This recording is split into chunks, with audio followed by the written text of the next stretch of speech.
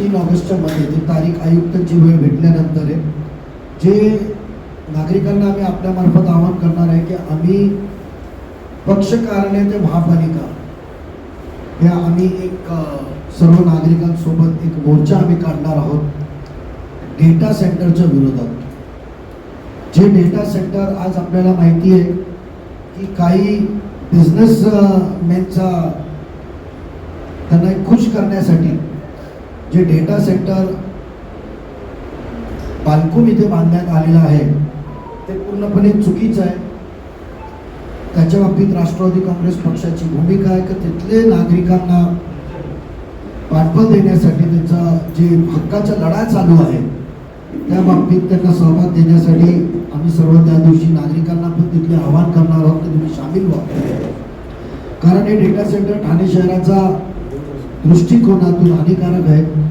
कारण आज तुम्ही बघितलं का जे ॲमेझॉन आणि इतर डेटा सेंटर्स अमेरिकेसारख्या देशात सर्वात विकसित देश जिथे डेटा सेंटर्स आणि ही सर्व टेक्नॉलॉजी प्रथम आली तिथे शहरी भागातून किमान 27 जागा तो डेटा सेंटर हलवण्यात आलेला आहे. नागरिकांनी तिथले डेटा सेंटर वर्षानुवर्ष चालू असलेले डेटा सेंटर बंद करण्यात आलेले आहेत.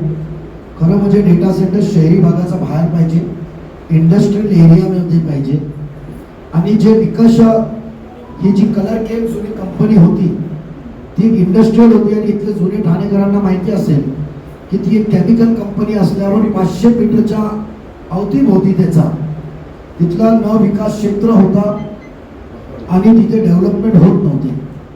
आणि त्याचं कारण एवढं होतं कायद्याप्रमाणे तर तिथे हानिकारक केमिकल्स आणि तिथे वायू गळती जी असेल किंवा वायूचा जो प्रदूषित प्रमाण असेल ते नागरिकांना आरोग्याच्या दृष्टिकोनातून हानिकारक होऊ नये म्हणून तिथे बंदी होती बांधकामाला. पण कालांतराने ती कंपनी बंद करण्यात आली आणि त्याचा क्लोजर रिपोर्ट देण्यात आला.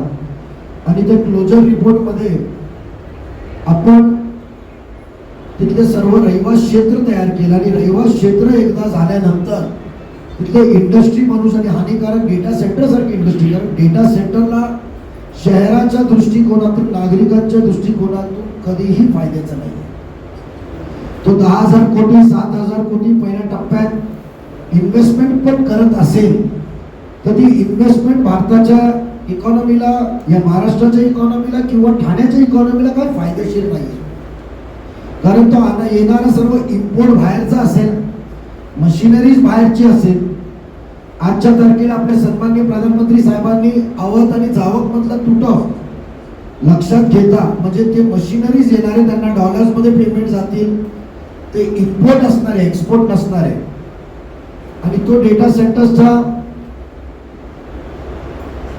जे जनरेटर्स बसवणार आहे म्हणजे किमान त्याचं आपण बघितलं तर पहिल्या टप्प्यामध्ये 3,000 केव्हीचे क्षमतेचे 193 डिझेल जनरेटर संच 3,000 केव्ही म्हणजे आज सोसायटी आपण चालवताना तुम्ही आज TCS समोर जा आणि TCS समोर फक्त त्याचा AC प्लांट चालू असतं रोडासमोर आमच्या घरासमोर आहे. तुम्ही रात्रीच्या वेळी रस्त्यावर तिथे उभे राहा, तुम्हाला जो डिझेल चालू असता तुम्हाला त्याचा नॉईज पोल्युशन छोटा समशेष आहे म्हणजे याच्या 10% पण नसेल, 5% पण नसेल, तुम्हाला त्याचा आवाजाचा प्रमाण माहिती पडेल. त्याचबरोबर तिथला जो 12 MLD पाणी लागणार आहे.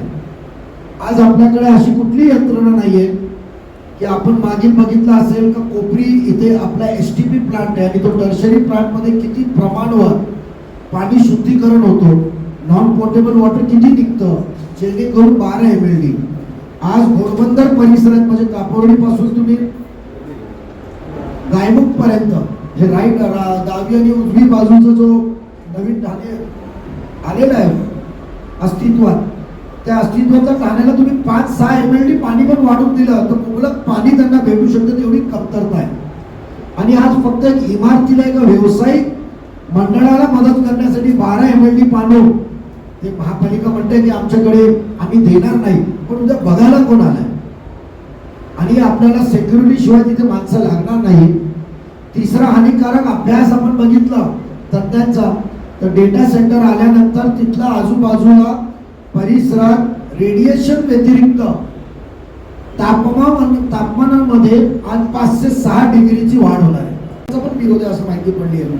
या सर्व साकेत रुस्तम जे सर्व ठिकाणचे जे रहिवासी आहेत त्यांना मदतीचा हात म्हणून राष्ट्रवादी काँग्रेस पार्टी फक्त पत्रकार परिषद घेणार नाही, पण त्या बाबतीत महापालिकेला वेगवेगळ्या पद्धतीने दबाव आणणार आणि ते दबाव आपल्याला काही दिवसात कळेल. ते आपल्या मार्फत आम्ही नागरिकांना आवाहन करतो का ज्यांना ज्यांना या आंदोलनात आणि याच्या बाबतीत ठाणेचा पर्यावरण दृष्टिकोनातून हे वाचवण्यासाठी ही जी नव्याने उद्योग समूहाचे जे प्रकार चालू झालेले आहेत ठाण्यात ते विकण्याचं काम चालू झालं याच्या बाबतीत विरोध केले आम्ही विरोध दर्शवणार आहेत. आणि मी सन्माननीय इथले स्थानिक खासदार ठाणे लोकसभेचे सन्माननीय नरेश मस्के साहेबांचा पण मी आभार व्यक्त करतो कारण त्यांनी पण या बाबतीत आपली भूमिका मांडली आहे विरोधाची. आणि नक्की मला विश्वास वाटतो का सत्तामध्ये झुंबलेले अर्थसंकल्पमध्ये बुडालेले शिवसेनेला पण जाग येईल आणि मस्के साहेबांचा विचारानं मताला साथ देऊन ते पण या बाबतीत नागरिकांच्या हितासाठी जुळतील आणि त्यांनी जुळावं आणि सर्व राजकीय पक्षांनी एकत्र येऊन नागरिकांच्या हितासाठी आपण पुढे यावं या बाबतीतला त्यांना मी आमंत्रण करतो की त्यांनी पण जुळावं. खासदार साहेबांचा परत आभार व्यक्त करतो आणि नागरिकांनी आमच्यासोबत संपर्क साधून आपण पुढे हे वाटचाली ते डेटा सेंटर कॅन्सल करण्यासाठी लढा आपल्याला सरकारपर्यंत घेऊन जायला लागलं कारण त्याचे एन्व्हायरमेंट परमिशन आमच्याकडे आलेली आहे आणि आम्ही त्या बाबतीत जे एन्व्हायरमेंट कमिटी आहे जे 20,000 स्क्वेअर मीटरच्या वरती बांधकाम असतात त्याची जी मंजुरी देतात त्यांनी जे मंजुरीमध्ये जे ते अर्ज दाखल केले त्यांनी बरेचसे त्याच्या बाबतीत त्रुटी आहे तर तज्ज्ञांना मी मदत मागितली आहे आणि तज्ज्ञांकडून ऑगस्टपर्यंत आम्ही आंदोलन याच्यासाठी करतो की आम्ही भांडत असताना फक्त तो एक राजकीय किंवा दिखावासाठी लढा नव्हे तर नक्की जे दादांचे विचार आहे काम करायचं तर काम 100% करायचं त्यांना समाधान करून घ्यायचं त्यांचं काम व्हायला पाहिजे. नावापुरती फोन लावायचं नाही किंवा नावापुरती पत्रकार परिषद घ्यायची नाही का नंतर आपल्याला डेव्हलपर येऊन भेटेल आणि गुप्त बैठक होईल. इथे सेटलमेंटचा पत्रकार परिषद विषय नाहीये. दादांचे कार्यकर्ते एकदा विषय हाती घेतला तर शेवटपर्यंत तो लढा देणारी लोक आहे आम्ही. तर त्या बाबतीत आम्ही तज्ज्ञांकडून आम्ही माहिती मागितली प्रथमदर्शनी तर त्याचे एन्व्हायरमेंट मंजुरीमध्ये खूप त्रुटी आहे. त्या बाबतीत आम्ही परत कमिटीकडे जाणार आहे का आपण या बाबतीतला विचार करावं कारण त्यांनी एक बांधकाममध्ये लागणारा त्याच्या बाबतीतली जी फॉर्मॅलिटीज आहेत ते बघितलं पण जे व्यवसायासाठी तो वापरला जाणार आणि जिथे गोष्टीसाठी येणार आहे त्यांनी होणारा पर्यावरणाचा दृष्टिकोनातून विचार झालेला नाहीये.